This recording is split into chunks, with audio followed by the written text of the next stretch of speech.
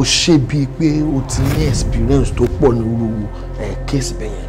èmi ò láìpẹ́ onídọ̀tí náà àwọn tó introduce ẹ̀ sí mi wọ́n sọ pé lọ́bùn báyìí náà. My God, scapel?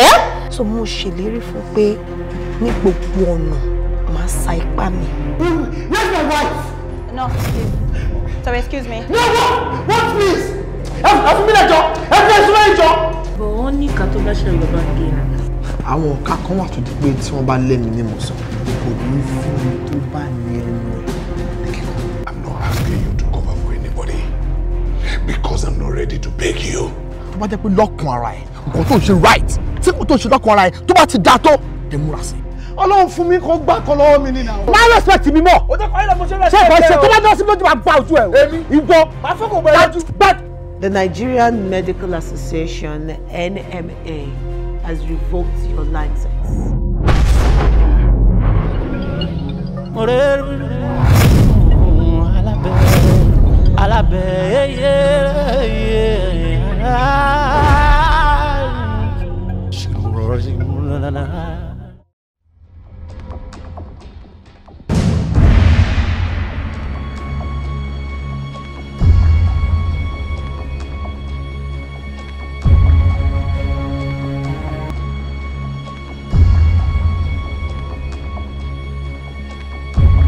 Òkùnkùn ṣú, oṣù, oṣù, ta ni ó wá tàn mọ́lẹ̀ sí o? Òkùnkùn ṣú, oṣù, oṣù, ta ni ó wá tàn mọ́lẹ̀ sí o? Ọ̀rọ̀ tó bá kan òkè tó bá kan lẹ̀, ṣe bó ní bí kan tá ń gbé sí làwọn àgbà ń wí.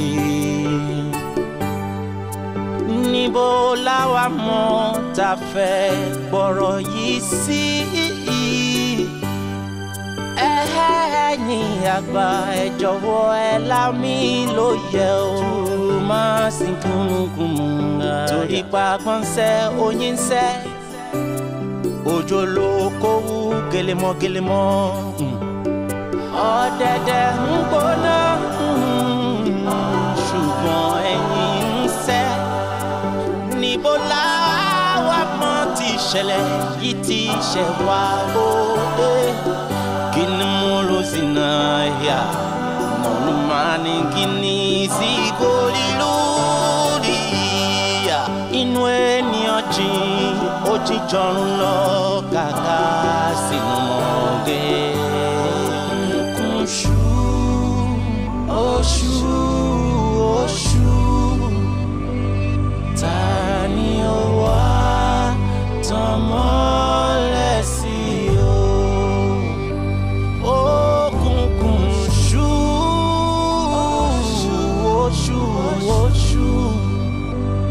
Tani ló wá tàn mọ́lẹ̀ sí o? Ta ló fi korò sí oyin tó ti ń dùn?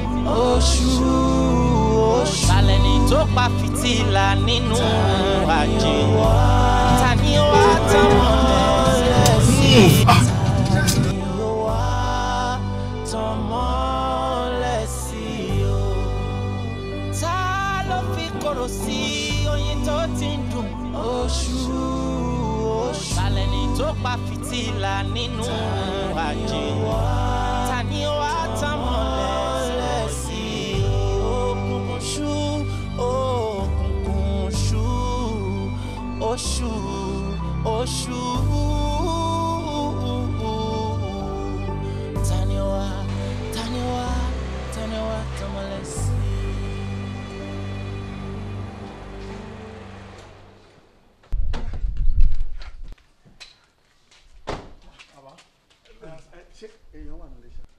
ọ̀gá ti jáde o madam nìkan ló wà níbẹ̀. ṣé bó ní bí kan tá ń gbé sí làwọn àgbà ń wí. níbo láwa mọ̀ tá fẹ́ gbọ́rọ̀ yìí sí.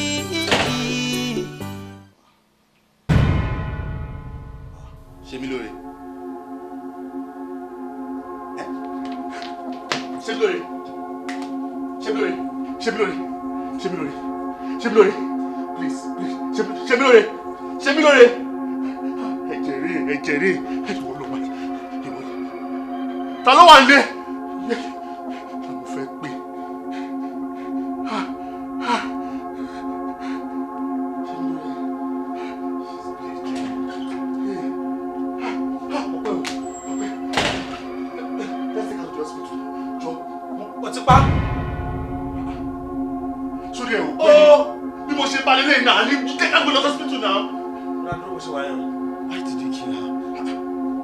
o ti sọ bẹ́ẹ̀ tẹ́lẹ̀ náà pé máa pa òde pa. sílé sórí ẹ ti dàrú ni báwo ló ṣe máa bí pé dájọ́ tí màá tètè jọ rẹ̀ báwo ló ṣe máa bí pé mo máa pààyàn ṣé mo lè pààyàn lójú ẹ ni. Oh my God! Trust her for what? Trust her bí báwo? Are you crazy? O ti sọ bẹ́ẹ̀ pé máa pa òde pa náà. Òde pa náà. Jọ ṣe hospital ló ń pè yẹn àbí. Yọ̀pọ̀ hospital. Ó máa ṣẹ̀wọ̀n. Ẹ̀wọ̀n ló máa kú sí. Ṣé mi ò rí please mo fi Ọlọ́run bẹ̀ dìde mo fi Ọlọ́run bẹ̀ please just. Ṣé o sọ fún mi pé máa pa ni? Hello? O ò ní lọ o. O ò ní lọ. No! Sílẹ̀! God! Mo gbé! Sílẹ̀ mo fi I beg you in the name of God mo fọlọ́ bẹ̀ ìjọba ṣe báyìí fún mi. Sílẹ̀!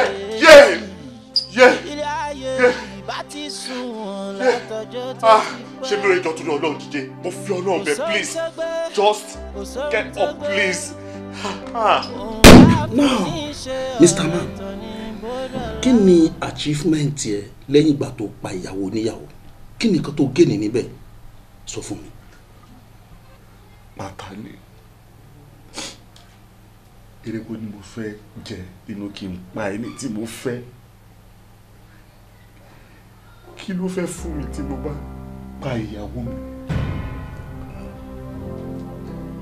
Ìyàwó ẹ. Bẹ́ẹ̀ni, bẹ́ẹ̀ dẹ̀kọ́. Lóòótọ́ ọ̀dọ̀ ẹ̀ ni ó ti kọ́kọ́ wà. Ọ̀dọ̀ ẹ̀ ló ti bẹ̀rẹ̀ ìrìn àjò ẹ̀ kó tó di pé ó pàdé mi. Nígbà tó dé dọ́dọ̀ mi, ó rí ìdùnnú àti ayọ̀ àtàláfíà àti ìfẹ́ tó ń wá gangan. Ìdí nìyẹn tó ṣe gbà mí ní Olúwa àti Olùgbàlà ẹ̀. Mr. Shile, tí mo bá understand ọ̀rọ̀ tẹ́ sọ nísìnyẹn, ẹni bẹ́ẹ̀ ni bẹ́ẹ̀ dẹ̀ tún kọ́. Èmi ò bá ní pé kẹkàn má sọ̀rọ̀ yìí lérèfé fún wa. Ẹ sọ kúlẹ̀kúlẹ̀ tó wà nídìí ọ̀rọ̀ yìí láti fi help investigation ti tiwa. Okay, let me make you understand better. Kí olóògbé tó kú, ó ṣàlàyé àwọn ọ̀rọ̀ kan fún mi. Okay, I know I have not been giving you the needed attention. Má bínú torí ìyá ẹni jàre wálẹ̀ pọ̀. Okay, ó ṣe mọ́kọ́ tó máa ṣẹlẹ̀. I promise you, this weekend, tá máa bẹ̀rẹ̀ lọ́la ẹ̀, ìwọ ni màá bá lọ. So, kí ló fẹ́ kí n bẹ̀rẹ̀ wá? Ìwọ chocolate ò tiẹ̀ kí n kò ń sùn wọ ni. Okay, my better pizza and chocolate. I hope that is okay by you. Okay, I'll get that for you. Then we spend a good time together. I love you so much.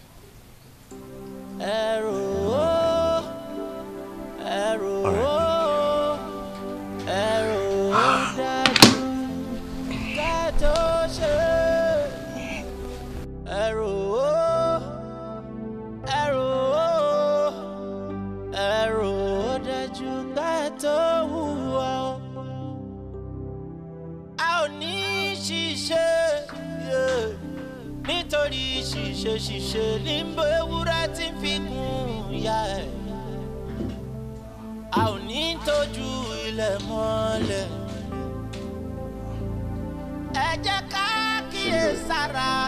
káàkiri tí mo fi sí bíbá nǹkan ṣé mi lórí ìwọ́kọ̀ mo bá sọ̀rọ̀ ni mo ní káàkiri tí mo fi sí bíbá nǹkan.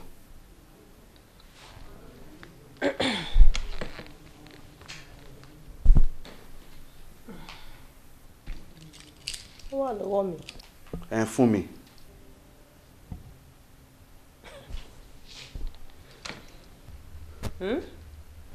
kémi fún ẹ ní kí iye. Yes. Kò jọ rárá. Dọ̀tun, bó lóore pò ń lọ gangan náà. Ó fẹ́ lọ bá a bí. Bóyá ló mọ̀ pé gbogbo nǹkan tí wà sí idiot ẹjọ́ sọ lálẹ́ àná. Gbogbo ẹ̀ pátápátá báyìí ni mo gbọ́. So mi ò tiẹ̀ ní privacy mọ́. Ó ní pé ní ti bá ń ṣe é sìn ìwọ tiptoe ó wá tẹ́tí sí nǹkan tí mi ń sọ àbí. Àpókìtì ẹ̀ tó bá gbogbo fẹ́lẹ́ dá ènìyàn I don't care. O gbọ́ nìyẹn o dẹ̀ gbọ́ nìyẹn. Really? Really? So fún mi ní kí yẹn.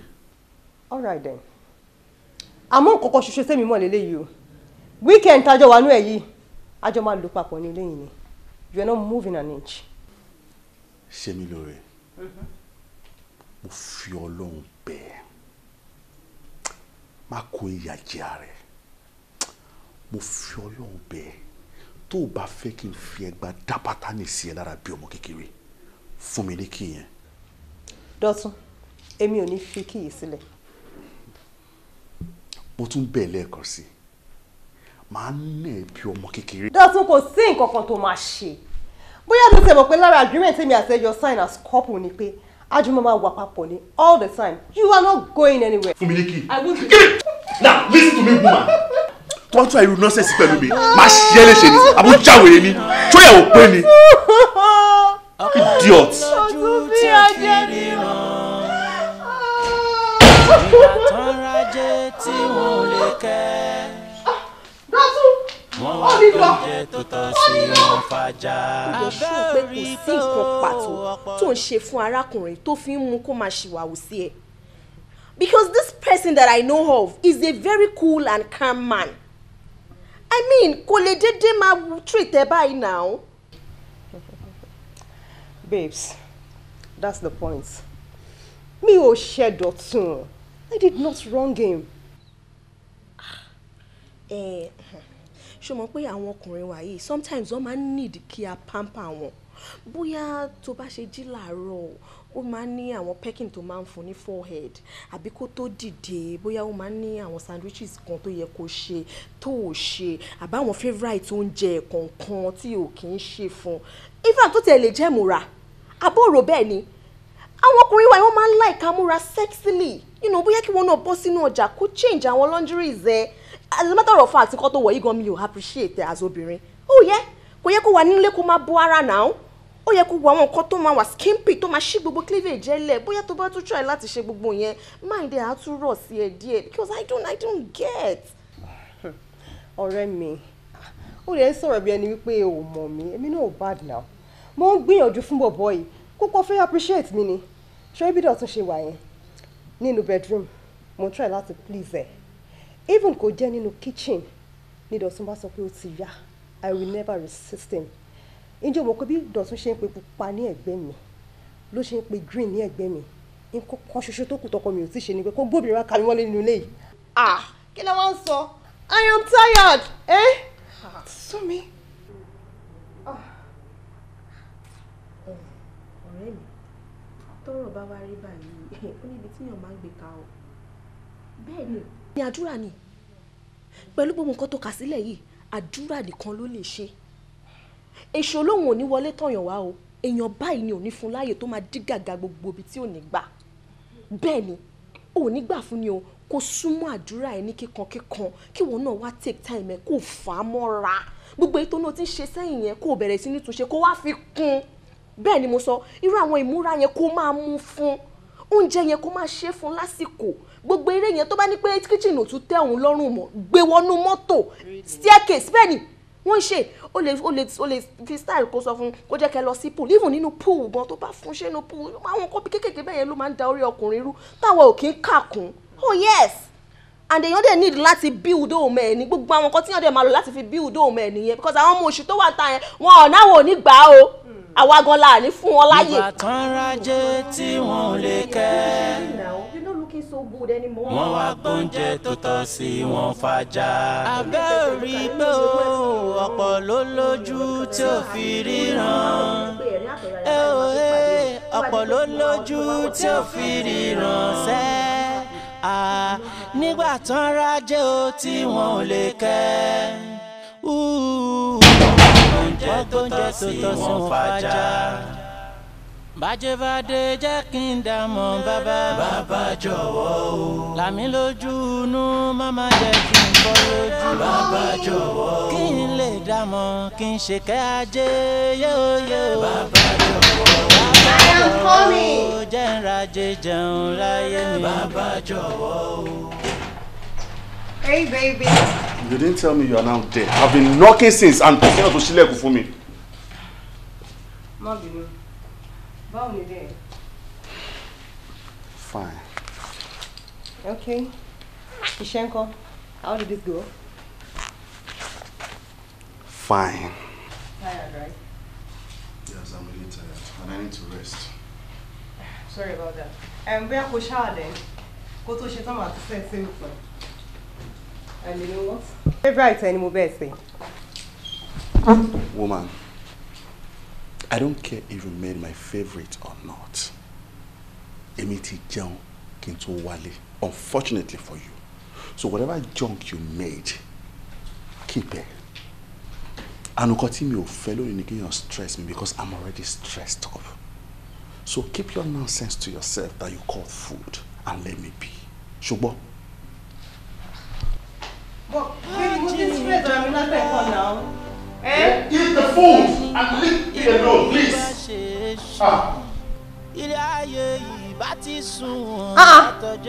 Gbogbo wàhálà tí mo ti wá ń go through látẹ̀kọ́ ńkọ́.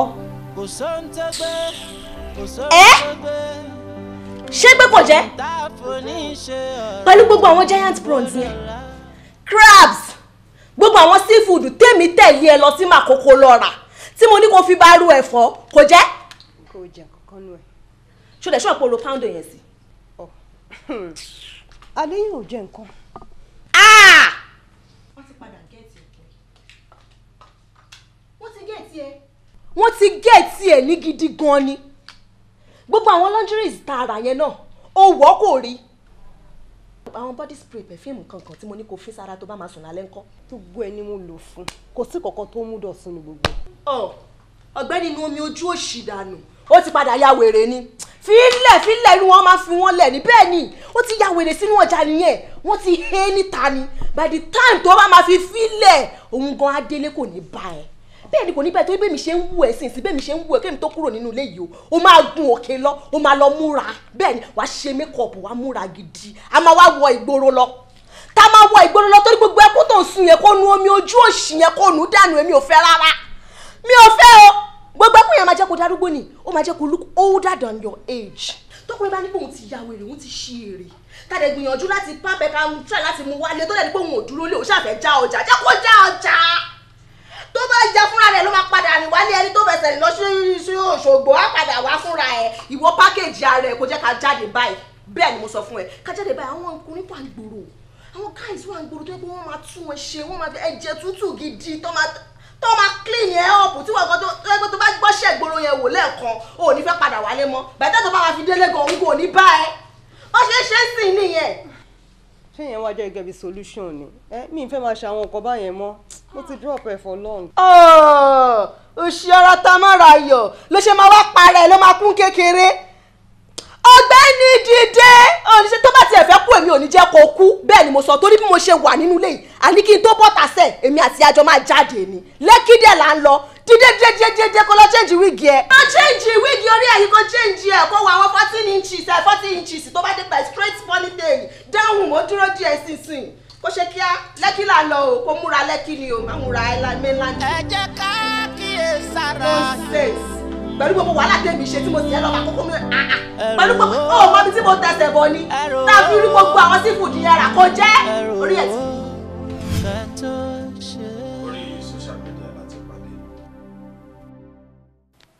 lóòótọ́ mo kọ́kọ́ believe pé ẹni tí mo kọ́ lè fi past time ni bóyá kakọ jẹra wa or something kí kálukú máa bá tiẹ̀ lọ but later ni mo wá rí pé òun gangan ni áńgẹ́lì tí Ọlọ́run rán sí mi later ni mo discover pé òun gangan ni iyọ̀ tó jẹ́ pé tí ó bá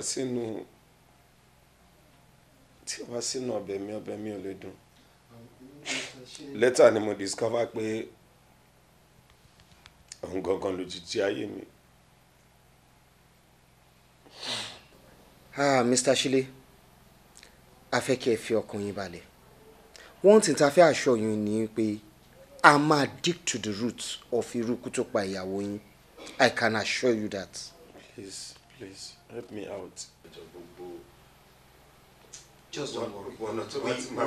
We understand. Let's go. So thank you so much for your time once again. Yes. Thank you.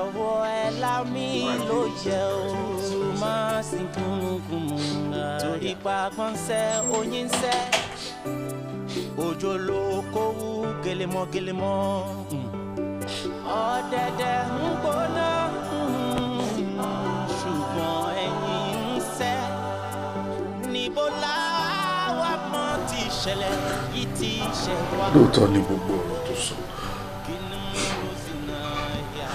Ìgbà tí ṣe mí lóore kúrò nílé mi tó fi mí sílẹ̀ lèmi gan tó mọ̀ wípé nǹkan ti ṣe mí, ọ̀fà ti bá mi. Hello, Desola báwo ni? Ṣé wà okay? I need to sound up. Kí ló ń kó ṣẹlẹ̀? Ọjà ti wọnú mi báwo? Yeah.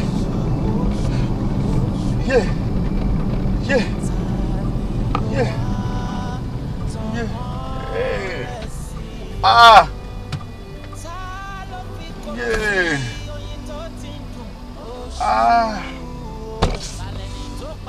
Ah.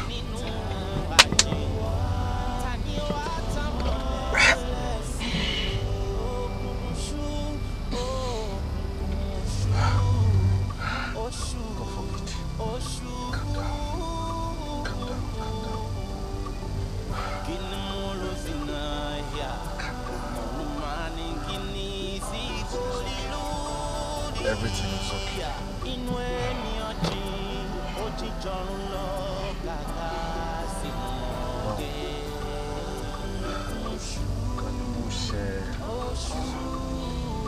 Ìmúṣẹ tí ó darí jì mí.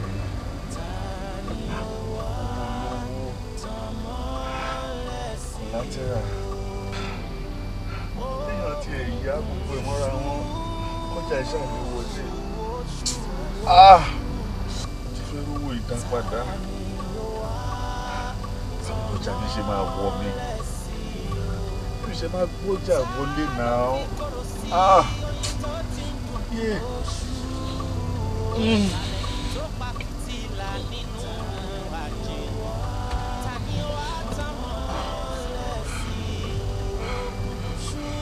Ṣàánú mi. Ọlọ́run ṣàánú mi. Ṣàánú mi. Mo fẹ́ pè bàbá ẹ̀ kí ni mo fẹ́ ṣe.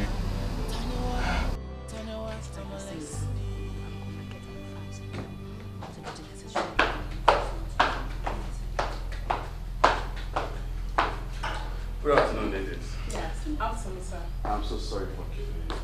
No problem. Okay.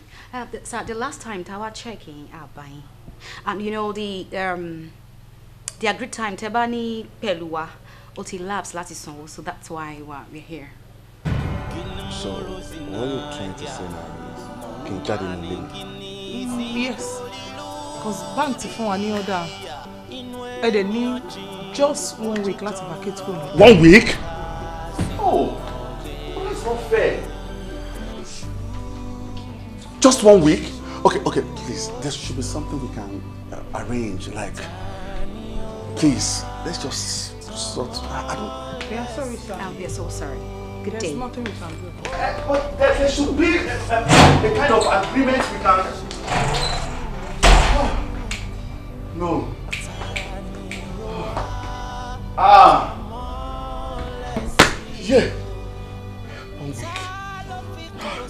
ìtìjú ńlá lélẹ̀. Ìtìjú ńlá lélẹ̀. Ah!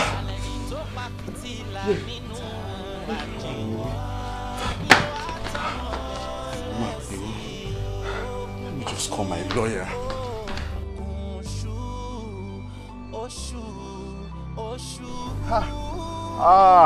Yeah. In the middle of nowhere. No fẹ́ wá mechanics ládùúgbò yìí. Hey. Mo fẹ́ tọwọ́ bàbá inú mọ́tò yìí. Kí ló fẹ́ tọwọ́ bọ̀? Nínú mọ́tò ta ni? Ó ì tí ì rí nǹkan kan. Madam, ṣé mi lẹ ń bá sọ̀rọ̀? Ìwọ kọ́, èmi ni. Ó ì tí ì rí nǹkan kan. Ṣebí mọ́tò ló ṣì ń kọ́wọ́ bọ̀. Ó ṣì máa kọ́wọ́ bọ̀ ń tó pọ̀ gan. Ṣé mò ń pé fúnra ríta báyìí ló máa fẹnu ara ẹ̀ pé kú ni? Ìwọ tó ti lé ajé dànù sí rẹ̀. Ó ti lájé dànù sí rẹ̀. Èmi fi ọwọ́ ara mi lé ajé lọ. Òun táwa ni. Torí títí mo ṣe wégèlè sórí. Ṣé o rí pé mo wégèlè sórí ni? Nǹkan tó sì máa ṣe máa pọ̀ jù báyìí lọ. Ó máa pọ̀ gan. Pẹ̀lẹ́ ṣe gbọ́. Ṣé? Nígbà tó ń rajé tí wọ́n lè kẹ́. Wọ́n wá gbóúnjẹ tó tọ́ sí wọn fàjà. Abẹ́ orí pé ọ̀pọ̀ ló lójú tó fi ríran. Ọ̀pọ̀ ló lójú tó fi ríran sẹ́. Nígbà tó ń rajé tí wọ́n lè kẹ́. Wọ́n wá gbóúnjẹ tó tọ́ sí wọn fàjà. Bàjẹ́bàdé jẹ́ kí n dàmọ́ bàbá jọ̀wọ́ o. Làmí lójú inú màmá jẹ́ kí n fọ́ lójú bàbá jọ̀wọ́. Kí n lè dàmọ́. Alálòpè kò kí ń ṣàlà ìwọ fún ara ẹ ló lé ajé lọ ìwọ ló jẹ́ ká ajé sá fún ọmọ tó lé lọ yẹ igi ọlá ẹni igi ajé ẹni ilé tọmọ yẹn bá dẹ̀ ti wọ̀ ilé ọ̀hún kò tún fún ọ̀tún tòṣì mọ́ nínú ilé yẹn ilé yẹn ti di ilé ọlá ó ti di ilé ọrọ̀ àfi kó tètè lọ́wọ́ ọmọbìnrin náà kó tètè wá padà sínú ìgbésí ayé láì jẹ́ bẹ́ẹ̀ nǹkan tó ń ṣe èṣì máa pọ̀ jù bẹ́ẹ̀ lọ tètè lọ wá kí ajé má bàa sá fún ọ dàbọ̀.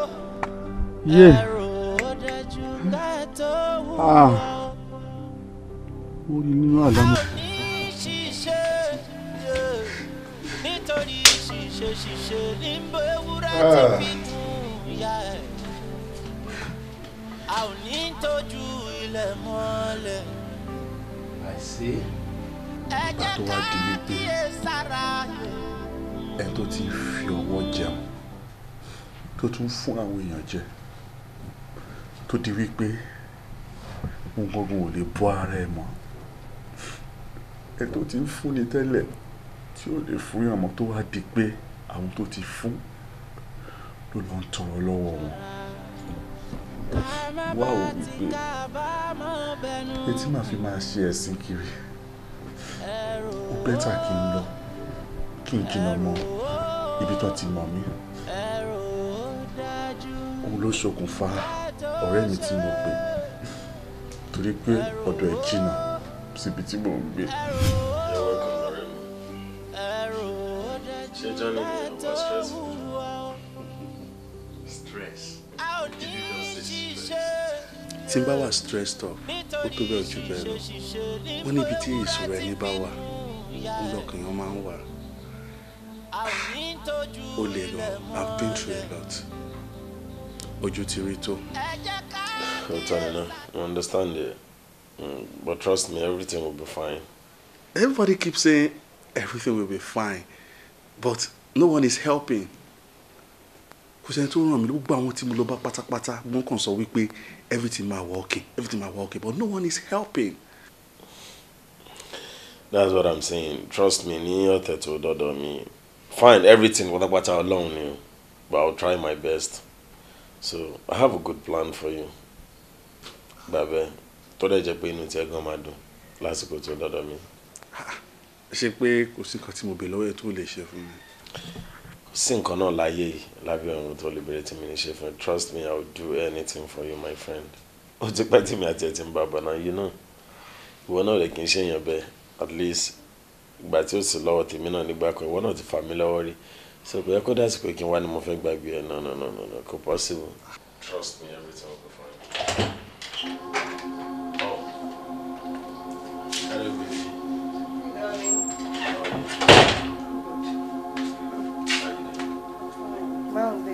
Adúpẹ́. Meet Oremi. Oremi. That's my wife. Dọ̀tun. Ṣé mi lóore? Kí ló ṣẹlẹ̀?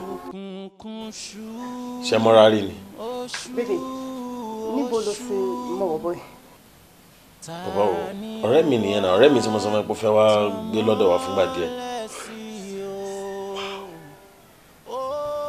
You? Kí ni? Dọ̀tun. No. What's going on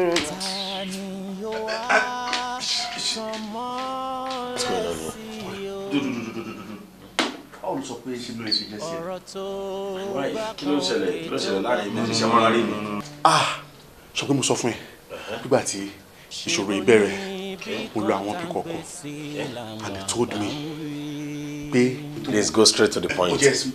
Sórí ọmọbìnrin tó wọlé yẹn ìyàwó ilé mi ni. Ìyàwó what? Ó ló máa ń bá sọ lórí fún ọgbà ìlànà tó ló fẹ́ meet. Tẹ́ padà meet. Okay, fine, but correct your ex. Ìyàwó mi ni. Yeah, your ex, okay? Mo ń gbọ́. Okay, ìyàwó mi ṣáà ni.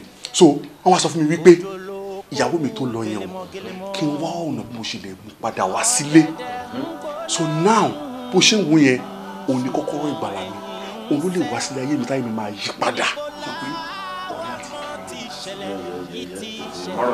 O lè sọ wípé you can do anything for me. So jọ́ tó lọ lọ sílé mo fẹ́ kó o rọ ọjọ́ tá a ti ń bá bọ̀ mo fẹ́ kó o rọ ọjọ́ tó ní tí mo ṣe é lóore mo fẹ́ kó o rọ nǹkan tí mo ti ṣe inú ayé ẹjọ́ tó lọ lọ orí ọkàn péré mo jọ ọlọ́wọ́ ẹ̀ bó tiẹ̀ ní ṣe mí fún mi mọ́ ṣáàjẹ́ kí ṣe mí lóore kó máa bá mi lọ. Jọ àwọn tó fún mẹ́sẹ̀gì yẹn ṣe Jésù ni àbẹ́yàn. Gbogbo ẹ̀ ni. Ó dẹ̀ sure pé wọ́n sọ fún pé nǹkan kan ṣe bóyá o sick sínú brain or something. Wo mo ti ń sick gan lọ́wọ́ tí mo wà. Ọ̀rẹ́ mi tó bá lè ṣe mí lóore sórí tí mi ò bá rí ọmọ ẹ̀ mú lọ ẹ̀mí lè bá lọ. Then ajẹ́ pé wọ́n ló fẹ́ kú because èmi ò ní la ojú mi lẹ̀ báyìí kó mú ajẹ́ tó wà nù ayé mi lọ. It's not possible. O máa ń ṣeré màá ni torí mi ò lè máa wo ilé ayé mi kí n filẹ̀ kí n má lọ kí n má mú lọ kò possible. O máa no kó tó bá gbàlà máa fún I'm not leaving no I'm not.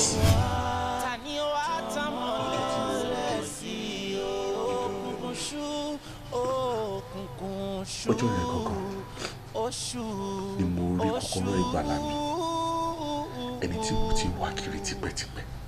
Okay. So torí pé o ti wá ń wá ẹni yẹn tipẹ́tipẹ́ òun ló ṣe okùnfà bí o ṣe fi kú pa arábìnrin ṣe mí lóore torí pé o ti sọ pé ẹ̀mí máa lọ sí. Shut up! Bá sọ pé ọkọ ló pa kí ni ìtumọ̀ ẹ̀mí á lọ sí tó sọ yẹn? Ọ̀rọ̀ ẹnu lásán ni. Ọ̀rọ̀ ẹnu lásán ni. Ok, ọ̀rọ̀ ẹnu lásán ni.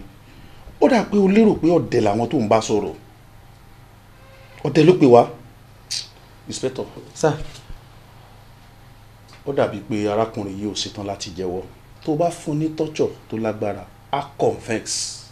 Ẹ má jẹ́ kó tọ́jú. Èmi á fẹ́ gbọ́ mi. Tó bá refuse láti jẹ́wọ́, màá jẹ́ kó mọ orí èèyàn tí mo jẹ́. Ṣé ti gbọ́?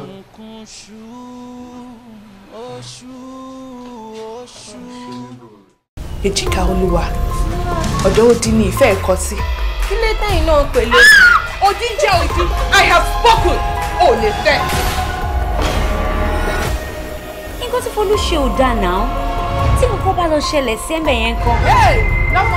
Now that I found myself in love with Bodunmi, how do I communicate my feelings to him? You cannot marry him. You cannot be with him. Mommy, ẹ̀yin gangan lè ṣe lẹ́yìn ayé ni. Tí màmá ẹ̀ tó bá lọ mú ọlọ́pàá.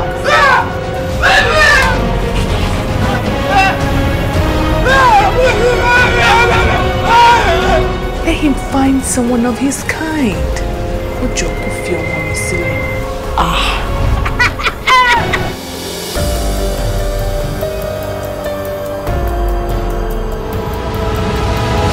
Ìwà sọ́kò dì ní ẹ̀, ó máa wá ju ọmọ tó dáa.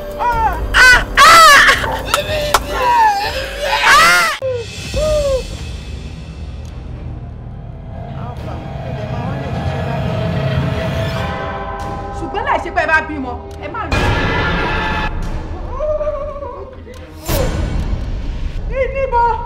níbo mo ń bọ̀ bẹ́ẹ̀ ni lọ́jọ́ mi. Madam, nínú investigation tá a ṣe a rí wípé wọ́n ní arábìnrin ó ti bá yín ṣiṣẹ́ rí. mo lọ fún ẹ. ṣé mú mi ṣeré. kò sí wá sí lè ṣe ibodò tí ò ní irun gbẹ sá. Kúdélé dáṣúrò fi ṣòro mọ́ láíláí ejò owó lórí lọ. ẹ wo bí ẹ má sọ èmi ní ẹ. sori àṣìṣe tó ti kúrò ní báyìí mo sì fẹ́ wọn kàn fi ojoojúmọ́ sunkún ni. bí gómìnà ṣe máa ń wọ̀nù wa tó pé ká máa protect ara wa ó tún lóyún. bí wọ́n bá fábùké lóyún wọn ò gbọ́dọ̀ ṣẹ́yún o. ìyẹn ò lè ṣẹlẹ̀ láíláí. tí bàbá kọ́ gbàgà.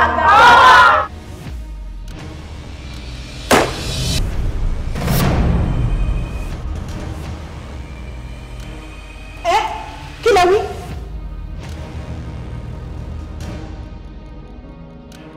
máa fún yín ní 7 million naira kún 3 million naira tí mo ti fún yín tẹ́lẹ̀ to make 10 million naira. What about that? 7 million naira. Bẹ́ẹ̀ni. Honourable ìdí tó fi pè mí ní tọ́jú.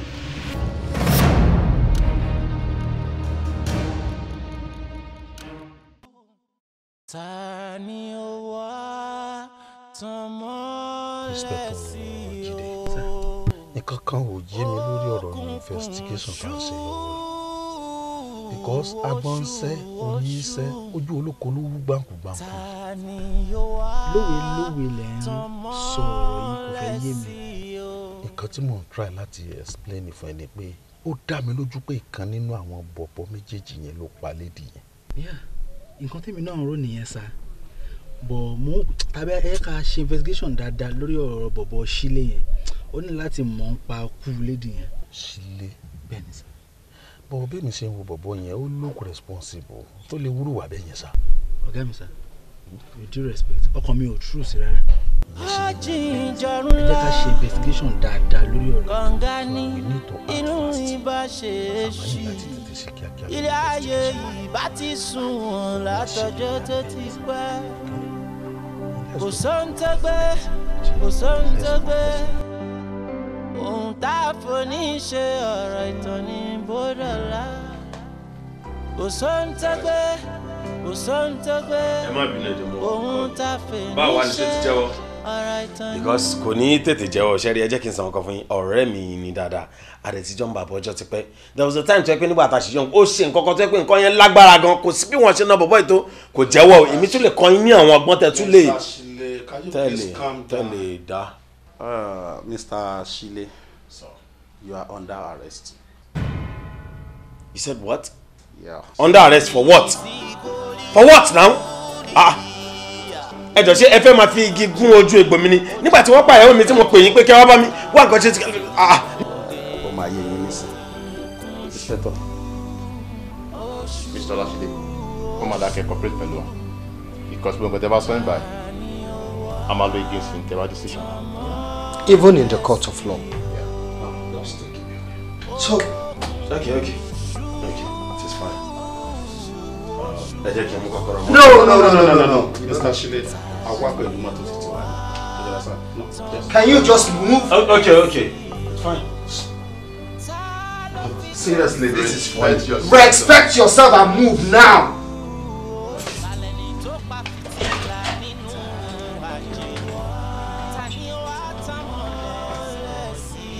Mr. Ma, kí ni reason tó fi jẹ́ wípé o lérò wípé ikú ni èrè ẹ̀ṣẹ̀ fún arábìnrin Ṣemílóore? Kí nìdí tó fi pa gangan? How? Nǹkan tẹ́ ń sọ̀rọ̀ mi you understand. Báwo ló ṣe possible kí n pa olólùfẹ́ mi? Báwo ló ṣe possible kí n pa ẹni tí mo mọ̀ pé mo nífẹ̀ẹ́ dọ̀kandọ̀kan tí mo dẹ̀ mọ̀ pé òun náà nífẹ̀ẹ́ mi? Kò possible now. Ṣemílóore tá à ń sọ̀rọ̀ nípa yìí ó dàbí ẹyin ojú mi ni. Like òun gangan lójú tí mo fi ń ríran. Ìfẹ́ tí mo ní sí Ṣemílóore ó pọ̀ gan. Like mo gbé Ṣemílóore sórí mi báyìí ni. Pẹ̀lú nígbà tí mo tún gbọ́ nǹkan kan nípa ẹ̀.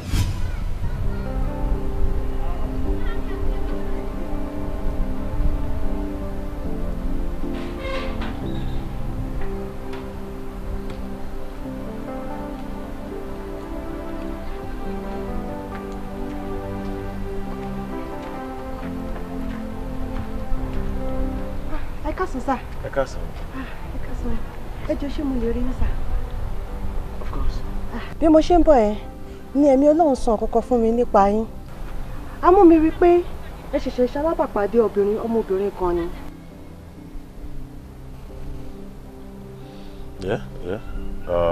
Mo ṣe pàdé ọmọbìnrin kan lóòótọ́.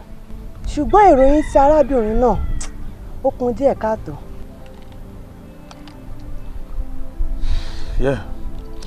Mi ní èrò kan tó bad sí but fine. Ẹ mọ̀ gẹ́gẹ́ bí ọmọkùnrin lórí street kan ṣe gbogbo obìnrin náà lèèyàn máa ń pàdé tí wọ́n máa ń gbára lé. So plan mi ni kí n kọ chop and clean out kí n dẹ̀ tẹ̀síwájú ń tèmi.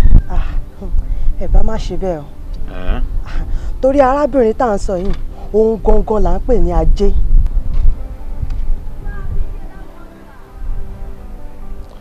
Ẹ mean pé ajé gangan lọmọbìnrin. Bẹ́ẹ̀ ni ajé ọmọbìnrin tá à ń sọ̀rọ̀ pa ẹ̀ tó bá wọnú ayé yìí ẹni náà ò ní wówó tì kò ní wọ́ láti gbogbo ohun tó bá dáwọ́lé báyìí ló máa lọ sí rere. Ẹ̀yin náà ẹ wò dáadáa láti ìgbà tẹ́ ti mọ̀ ẹ fojú inú wò. Kò sí rọ́mbẹ́. Kò sí rọ́mbẹ́. Thank you so much. Ẹ má wo ìmúra mi o ọ̀rọ̀ ẹnu mi òun ni kẹ́ wò. Àlàáfíà fún mi. Ajé òkùnkùn ló sọ onísọ̀bòjì ajé ò wọlé mi bàjẹ́ bá dé jẹ́ kí n dá mọ́ bàbá jọ. Kálẹ̀ nínú àlàyé tó lè gbàdúrà pé ká jẹ́ kúrò nílé ayé wọn. Báwo ni mo ṣe máa gbàdúrà kí irú ẹni bẹ́ẹ̀ kí n lose irú ẹni bẹ́ẹ̀? Kò possible now. Kò possible now.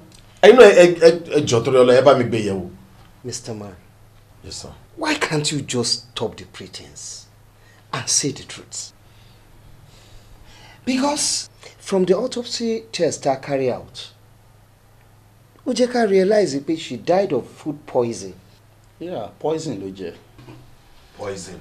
Yes. Poison ló jẹ. Poison ìyàwó mi jẹ. Oh my God. Oh my God! Kí ni ìyàwó mi ṣe fún àwáwú táwáwú fi pa ìyàwó mi? Àwáwú. Kí ni ìyàwó mi ṣe fún àwáwú táwáwú fi pa ìyàwó mi? So àwáwú ló fẹ́ balẹ̀ ayé mi jẹ́. So àwáwú gangan lẹni náà. And please, who is àwáwú? Ọmọ ọ̀dọ̀ wa làwáwú. Because òun ló máa ń dáná fún wa. Ìyàwó mi kì í wọ kitchen rárá, òun ló máa ń ṣe gbogbo nǹkan tá a máa ń jẹ. Àwáwú ló máa pa ìyàwó mi nìyẹn. Yé! Ẹlẹ́dàá mi o. Àwáwú why? Àánú dẹ̀ ló ṣe fún ọmọ yìí o. Àánú la ṣe fún àwáwú. I wish you should stop shouting. Ajé òkùnkùn ló sọ. Sọ́lá ń jẹ́wọ́ ni! Sọ́lá ń jẹ́wọ́ ni! Sọ́lá ń jẹ́wọ́ ni! Sọ́sẹ̀ tó ń jẹ́wọ́! Sọ́sẹ̀ tó! Nígbà tó bá gbé omi parí, wà á jẹ́wọ́ àkọ́kọ́ sí. Ta ló pa? Ràjẹ́wọ́! Ràjẹ́wọ́! Bẹ́tà. Ràjẹ́wọ́! Bẹ́tà. Ràjẹ́wọ́! Ràjẹ́wọ́! Bẹ́tà. Èmi kọ́ ni mo pa. Èmi kọ́. Ìwọ kọ́ ló pa. Kí ni mission tí wọ́n ní that very day nígbà tó fi lọ síbẹ̀ tí ó bá kí ṣe wọ́n ló pa? Lóòótọ́, ó send message sí mi. Ó ní kí n máa bọ̀ lé àwọn pé ọkọ wọn ò sí ilé.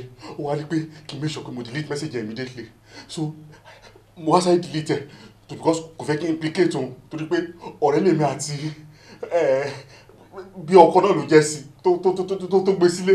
Ìgbà tí mo wá délé, òkú ẹ̀ ni mo bá kọ sílẹ̀ díẹ̀. You must be stupid. Yẹ́ ìjọ sẹ́ ìjọ. Ọ̀gá yẹn tẹ́ ọ̀rọ̀ mọ́ ọ̀bọ̀.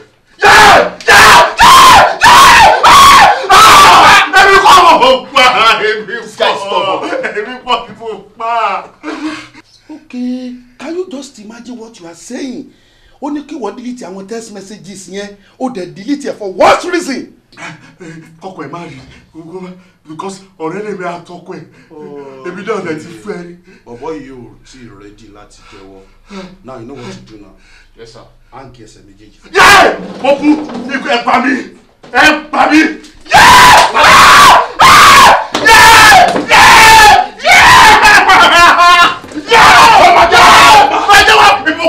Ajé ò wọlé mi, ó yá ajé ò.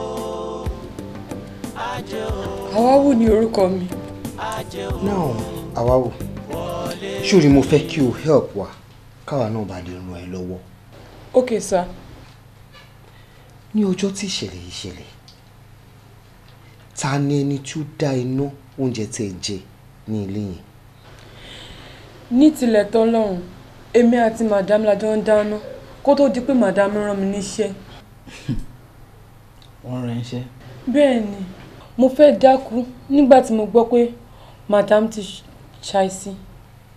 O fẹ́ dákú? Fún kí ni? Bí ẹ̀gbọ́n tàbúrò lèmi àti madam ṣe máa ṣe, wọ́n fẹ́ràn mi. Awawu, ṣórí mo hate pretense o, mo dẹ̀ hate irọ́. Kí lélẹ̀? Ayan. Orí àbí? Now, are you ready to say the truth? Ta ló pa madam? Èmi kọ́ mo pa madam. Ó fẹ́ jẹ́ wá.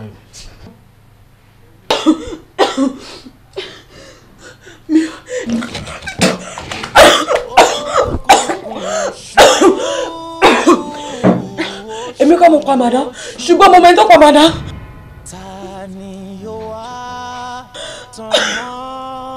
Ta ló pa madam?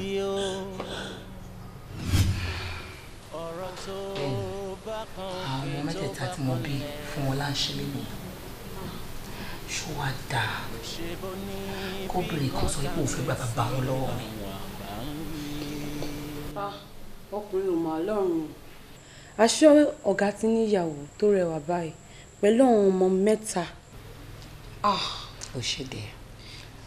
Of course. Ó yà mí lẹ́nu nígbà tí mo rí kọ yín. Mi mọ tẹ́ṣí mi wọ̀nyí rí. Mi dẹ̀ mọ̀ bí tẹ́ṣí rí nọ́mbà mi. Ó yẹ kó ṣe bẹ́ẹ̀.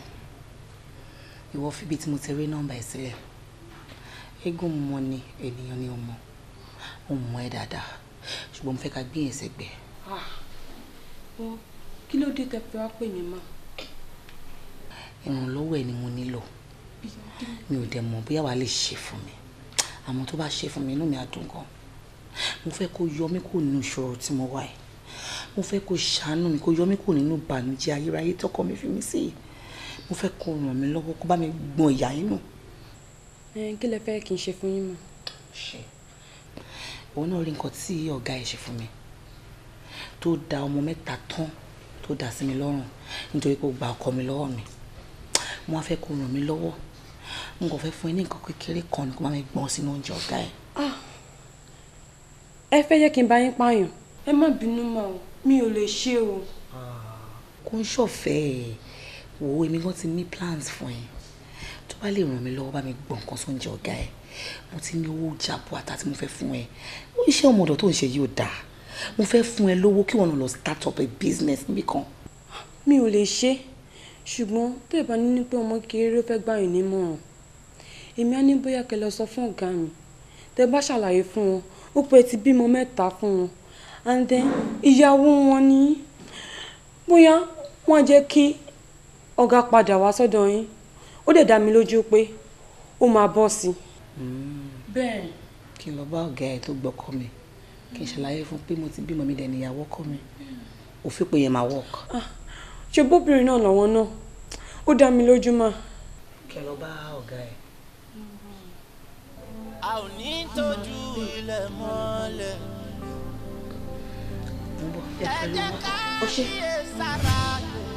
Ṣùgbọ́n nígbà tí mo dé ni mo rí tí gẹ́tì máa ń sunkún. Ìgbà yẹn ló ṣẹ̀ṣẹ̀ yọ ayé mi pé madam ti kú.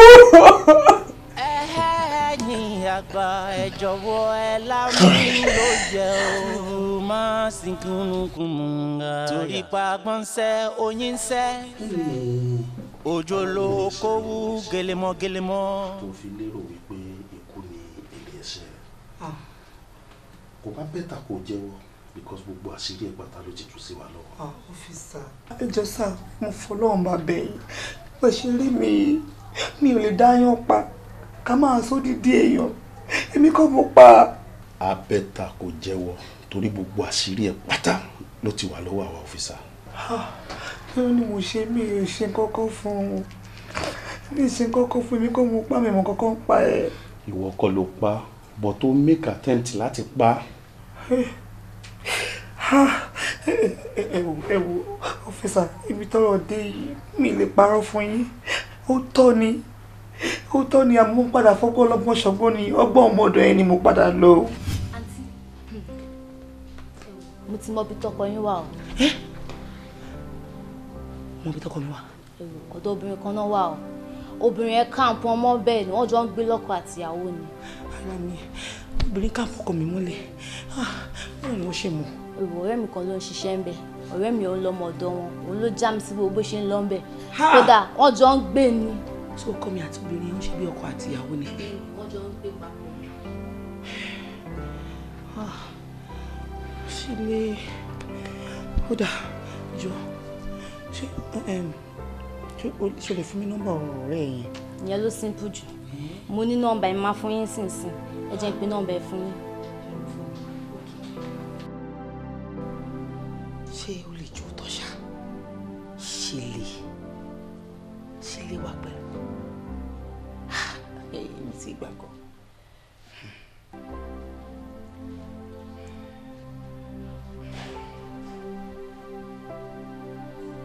hello Ṣílé. ṣé nǹkan tó dẹ̀ ń ṣe yìí dáa ṣé nǹkan tó ń ṣe fẹ́mi àtàwọn ọmọ ẹ̀ yìí dáa láti ìjọ ètò tí kò lé òun tí ẹ wẹ̀yìn wò rárá ń bo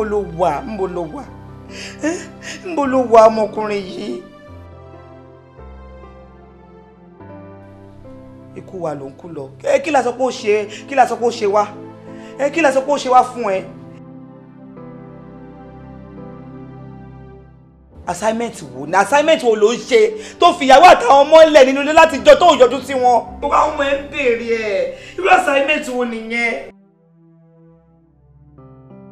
olójú kòkòrò ọkùnrin ni ẹ o ojú kòkòrò ló ń ṣe yìí o torí tó bá ní ìtẹ́lọ́rùn kò sí nǹkan tó tún wá kiri mọ́ wá òkè náà ààyò ebi ò pa wá náà wá òkè náà kí ló tó ń ṣe báyìí náà ò ní ìdìbò nǹkan tó ń ṣe yìí náà.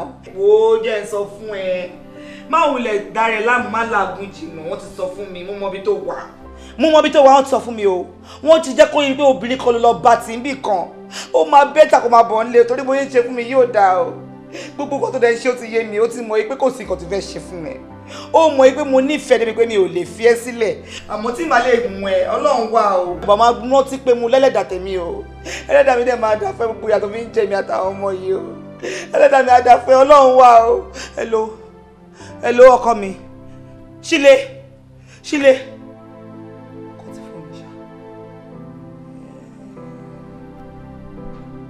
já fún mi ní ìtì.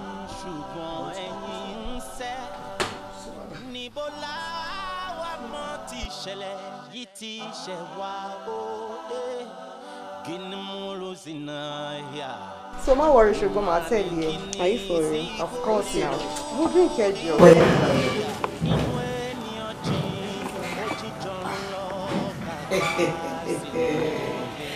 àṣé ẹja tó ti ẹ̀ dà burú tó lóko. ìwọ kíní burúkú yìí tí o yàtọ̀ sí ráàgì tí mo fi ń nu ọwọ́ ló ń bá mi du ọkọ ìwọ ló káàmpù Ọláṣílé síbí báyìí. How dare you. Madam. Sorry. Ó wá gbà mí kó ra mí kalẹ̀. Madam, the last time I checked, I don't even know you. You know me. Don't even pretend. Torí ẹ̀yin ọmọ òṣì, ọmọ òfò, ọmọ àdánù. Ẹ̀yin tẹ́ máa ń gbọ́kọ lọ́kọ, ẹ máa ń mọ ìyàwó lé wọn. Ẹ kàn máa pretend mi pé ẹ mọ̀ ni. Well, if you claim not to know me, let me introduce myself to you. Or rather, let me reintroduce myself to you. Èmi ni ìyàwó Ṣílé, Ọláṣílé tó gbé sílé mi gangan ni legal wife ẹ̀. Èmi ni ìyàwó ilé ẹ̀. Mo wá láti gbà ẹ́ nímọ̀ràn. Kí n sọ pé mo wá as women supporting women.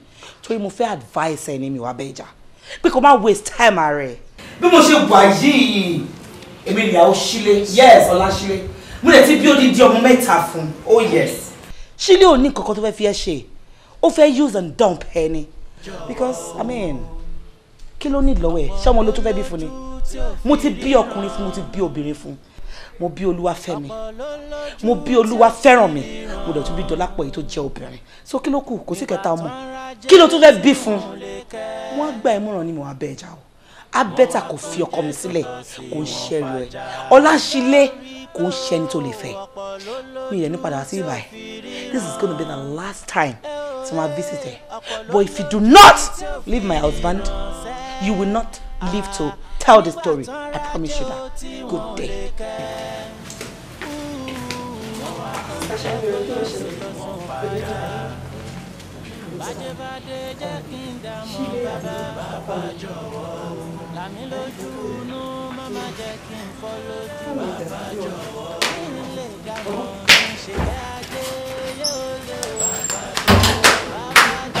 Ó ní intention láti pa bọ́ tó padà pa. Mo kàn ṣàkárẹ̀ lásán ni wọ́n ní lásán ni mo lọ fún. Ẹ̀yin náà fi ọ̀rọ̀ mi ṣírò ara yín tí wọ́n jábúrò yín. Kọ́kọ́ mi fi mí sílẹ̀ lé. Kó dẹ̀ lọ kí n má rí kó má wẹ̀yìn wò rárá. Mo dẹ̀ ń pè lójoojúmọ́. Àwọn lóun bọ̀ lé kó wá. Àwọn kan ló wá sọ fún mi pé ọmọbìnrin kan ló káàpù ẹ̀ sílé. Ìyẹn ló jẹ́ kí n lọ síbẹ̀ kí n sọ fún mi kó fọkọ mi sílẹ̀. Mi ò ṣe jù yẹn lọ sá. Ó padà sí nǹkan tó sọ mọ́. Madam, attempted murder ni nǹkan tó ṣe yẹn. Ara agbára mi gbóná ni ìfẹ́ tí mo ní sọ́kọ mi ìfẹ́ kẹ́lòmí gbà mọ́ mi lọ́wọ́ ni àmọ́ mi padà ṣe nǹkan fún mọ́ sá. So ó padà pa mọ́. Ara mi pa. But attempt to kill àbí o attempt láti pa o ní mission láti pa. Initially. But mo later change. Shut up, madam, don't be silly. You see, just keep your mouth shut. Ugo? Yes, sir. Imagine. Help me. Kí help wẹ ìwọ tó ti ní mission láti pa yẹn kémi dẹ̀ help wẹ kémi help ayakila. Ara mi gbóná ni sir. Oh my God. Sergeant! Ṣebí wọ́n ló ń jẹ́ Sarafa. Talk to me. Sarafa náà ni mò ń jẹ́. Sarafa ló ń jẹ́. Orúkọ mi nìyẹn. Kí ni tó mọ̀ nípa ikú tó pa ìyàwó ọ̀gá ẹ̀? Ọ̀gá, mi ì mọ̀ kókó ń pa kú màdámù. Mi ì mọ̀ kókó ń pa ẹ̀ gẹ́tìmá lásán lè ní. Ó mọ̀ kókó ń pa kú ọ̀gá ẹ̀. Mi ì mọ̀ kókó ń pa ẹ̀. Ọ̀gá ẹ̀ náà ti sọ. Wọ́n ti sọ wípé ò ní jẹ́wọ́. Yeah, wọ́n ní o ní agídí. O ní burúkú agídí. Tíyàwó bá dùn ẹ̀ ò ní sọ̀rọ̀. Ta ló sọ bẹ́ẹ̀? Ta ló sọ pé mo lágídí? Ó ń parọ́ mọ́ mi ni. Ó ń parọ́ mọ́ mi ni ọ̀gá. Sarafa, ṣé ní tìtorí aáwọ̀ tó wà láàrin wa àti ìyàwó ọ̀gá ẹ̀ ló kàn ṣe decide pé láti ṣekú pa á? Mo dáràn, èmi kẹ̀, èmi ọ̀gá, mi ìmọ̀ kọ́kọ́ pa àwọ̀ kankan, mi ìmọ̀ kọ́kọ́ pa ẹ̀, mi ìmọ̀ kọ́kọ́ pa ẹ̀. Mr. Man, you are wasting my time. Ó dà pé ìyá bá ẹ lára mọ́ àbí? Bó ṣe ń jí àyò láìka àbí? Ta lẹni tó pa ìyàwó ọ̀gá ẹ̀ ní question tí mo bí ẹ léèrè? Mo dáràn, ṣé ọ̀gá mi ló sọ pé èmi ṣe kú pa ìyàwó àwọn? Wọ́n ti sọ náà kò lágídí. Ṣé mo gbóni lórí? O ò ní resistor lórí. Ọ̀gá. Mo ti mọ̀. Májèwé má tún lọ ẹ̀dá. Ṣé lẹ́yìn kí n tẹ brain yẹn? Má tún lọ orí mi ẹjọ́. Ẹ má tún lọ kò sí kankan bẹ́ẹ̀. Ta ló pa ìyàwó ọ̀gá ẹ̀? Ọ̀gá máa jẹ́wọ́. Májèwé má tún lọ mi lórí ẹ̀dá kò máa jẹ́wọ́. Ọ̀gá, ṣe ibi tọ́rọ̀ dé dúró yìí. Ṣé mi ìmọ̀ kọ́kọ́ pa ẹkú màdámù? Ṣé rí kò tó ṣẹlẹ̀ ni pé lórí àwọ̀ tí ọ̀gá sọ yìí. Ṣé rí nǹkan tó ṣẹlẹ̀ ni pé màdámù bó oúnjẹ fún mi ni mo bá sọ pé oúnjẹ tó ń wù fàájà pé ó ń pọ̀ ju tèmi lọ. Ó máa ní mò ń jowú bí gómìnà màdámù mi ì lè jowú ajá yìí. Oúnjẹ ó pọ̀ ju tèmi lọ ní màdámù. Ó ṣe bínú nìyẹn tó fàlàyé kó sọ̀rọ̀ sí mi. Láti ìgbà yẹn ẹran méjì ló ń fún ẹran kọ́dẹ̀ ló ń fún mi. Ó lè tẹ́ mi lọ́rùn bẹ́ẹ̀ ọ̀gá, ojú ó lè dá yín tó. Ó tẹ́ mi lọ́rùn bẹ́ẹ̀. Can you imagine? Ewo ni story nǹkan tó ń sọ yìí. Kí ni bingo? Just go straight to the point. Ta lẹni tó pa ìyàwó kọ́ńtà yẹn lè tó ọ̀rá ló pa á. Àjẹwò ṣé ní ọ̀gá mi ìmọ̀ kó pa ẹ̀ àmọ́ níjọ́ kan tí mo wà ní ẹ̀kúlé mo gbọ́ ariwo. Shemilore, what's the matter? You know I don't like seeing you cry. Kí ló ṣẹlẹ̀? Olashile, I thought you said you love me. Of course I do, 100%. Really? Yes. Shile, o parọ́ fún mi. I've never lied to you in my life. Like láti got him at tomorrow. Fọjọ́ kan tó kéré jù parọ́ fún ẹ. Kí ni mo fẹ́ parọ́ fún? You know how much I love and cherish you. So why tí mo ṣe máa parọ́ fún olólùfẹ́ mi? Really? Yes. Oh. Onífẹ́ mi ló sọ. Kí ló dé tó ń béèrè nǹkan tó mọ̀? Now who is Fẹ́rànmi? Ṣílẹ̀ who is Dọ́lápọ̀? Mẹ́ta ló ń jẹ́ Olúwa fẹ́ mi. Tí orúkọ ìyàwó ń jẹ́ Ọlásùnbọ̀.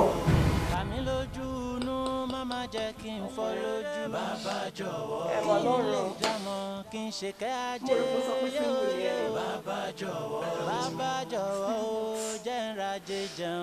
Explain what, you bloody liar! Mo ṣe gbogbo nǹkan tí mo ṣe torí pé mi ò fẹ́. Hey, please! Mi ò fẹ́ rántí, I don't wanna lose you. Reason nìyẹn. Ṣé kò bẹ́ẹ̀ pé mo parọ́ kan fún ẹ bẹ́ẹ̀? Let me just explain myself and I believe you understand better. A bloody liar, that's what you are. Ajé ni mí! Ajé Ògúngúnnísọ̀. Onísọ̀bòjì. Mo ní kí n dé sílé ayé wọ̀ sílé. Kó lè rájé jẹun. Kájí lè gbé ẹ́. Kó lè rí náà. Kí ìwọ ṣe lè rí náà. Ìbòjì ni mo pè ẹ́. Tí mo lè sà sí abẹ́. Láì mọ̀ pé omi gbígbóná ni ẹ́. Tó ń fi ojoojúmọ́ gbóná lálá bí òòrùn. Ah! You messed the whole thing up. Wá gbọ́ o. Fún ilé tó ṣe yìí. Ajé fi ẹ́ sílẹ̀. Can't do that to me. Ajé ò lè fi mí sílẹ̀ láéláé. I am leaving you. Please don't do that to me, please. Let me just explain, please. I'm begging you. Yeah, baby. Ah! Yeah.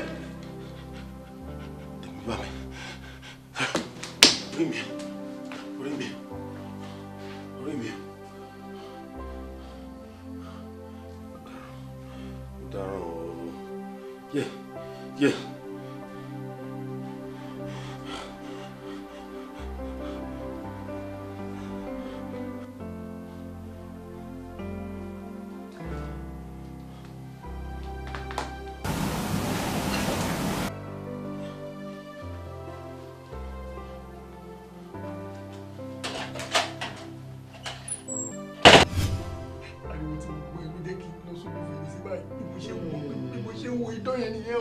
Mo kàn ní kí n má sọ̀rọ̀ ní pé kò kọ́ mi ọ̀gá bẹ́ẹ̀ gé mi lẹ́rù lé mi lórí ẹgbẹ́ wọ́. So máa yí mọ̀ nípa ikú tó gba ìyàwó ẹ̀ ló wá ń pretend power. Can you just imagine? O ṣọ́ pé kò tó sọ fún wa ipò tó ní kò sọ fún wa. Ọ̀gá. O ṣọ́ àbí? Ọ̀gá. Tí kí ni bá padà já sí rọ, wàá jẹ́ ìtọ́jú nínú yẹn.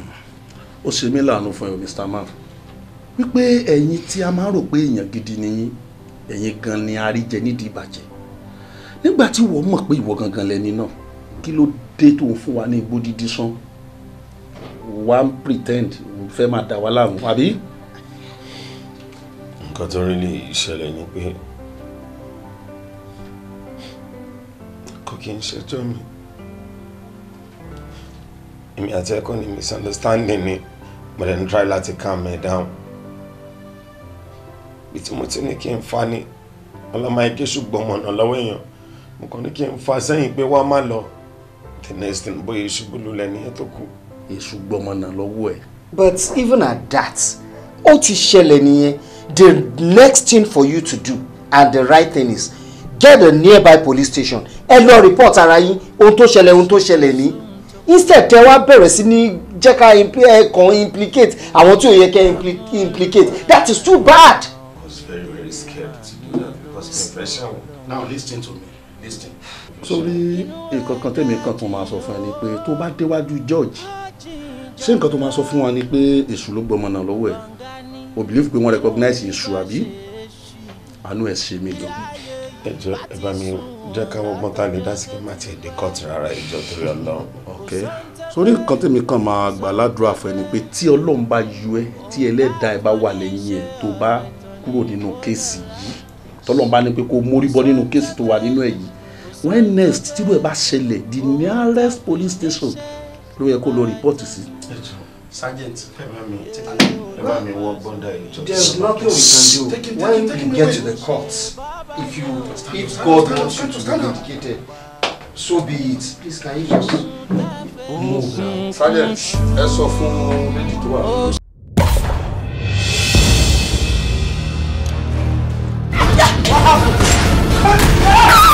Sinimá titun Ronaldo bẹ̀m̀bẹ̀ tutù lẹ́yìn ó gbóná jọjọjọ nínú. Omi gbígbóná ni wọ́n ń dàlé lórí nígbàlẹ̀. Ìgbà irúnmọlẹ̀ ni wọ́n pèlè lórí. Agbára tó ń ké tantan tó ń búramúra kò ní jù. Ronaldo èjì ògbèlú ń tẹ̀sójú fóònù ẹ̀. Ọlọ́pàá tú jáde nítorí Ronaldo. Oòduà tú jáde nítorí Ronaldo. Ejò parada ò dé èèyàn. Èèyàn tó parada ò dé ejò tó bára wọnú Ronaldo lọ. Ronaldo tó morúkọ tó ń pilẹ̀ tó ń gbèyàn mi bí kálokalo. Sinimá yìí lágbára jù kí ló dé. Ronaldo làkọ́lé ẹ̀. Michael Abiona ló produce.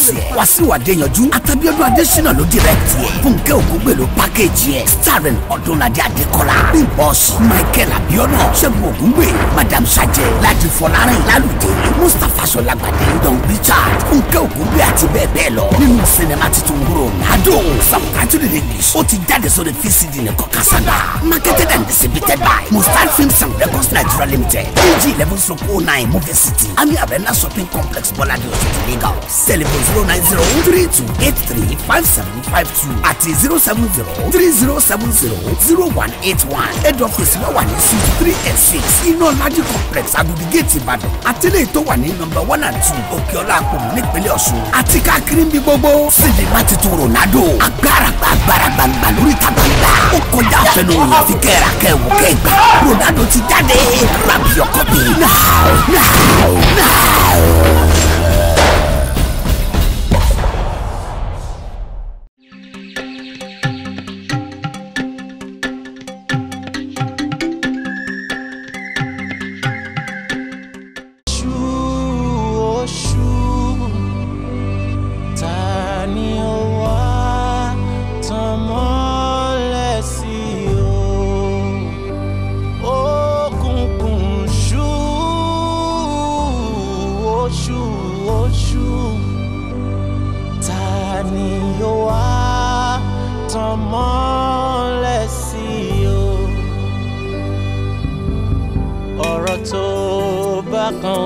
tó bá kanlẹ̀